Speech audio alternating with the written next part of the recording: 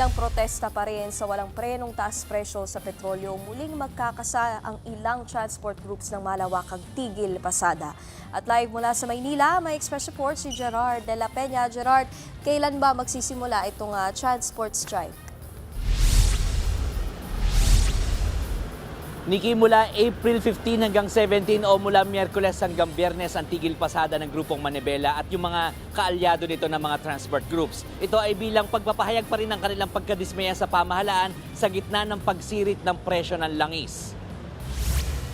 Bukod sa Manibela, kasama raw ang mga grupo katulad ng United Transport Alliance Nationwide at National Federation of Transport Cooperatives. Hindi lang daw ito sa Metro Manila, kundi pati sa mga lungsod sa Visayas at Mindanao, gaya ng Iloilo, Tacloban, Catarman, Davao, Cagayan de Oro at marami pang iba.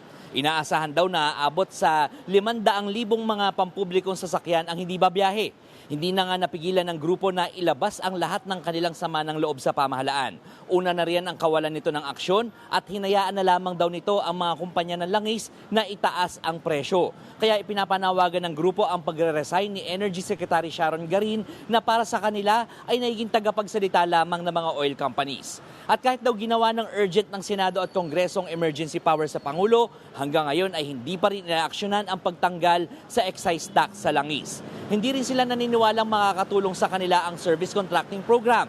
Parang wala rin daw mapupunta sa kanila dahil discounted ang pasahe ng mga commuter at 30 pesos per kilometer lamang ang ibibigay sa kanila na may limit pa na 100 kilometers kada araw. Mas mauna pa raw kumita ang mga kumpanya na nagbebenta ng GPS na ayon sa pamahalaan na importanteng gamitin para mas mapabilis ang pagbabayad sa mga tsuper at operator.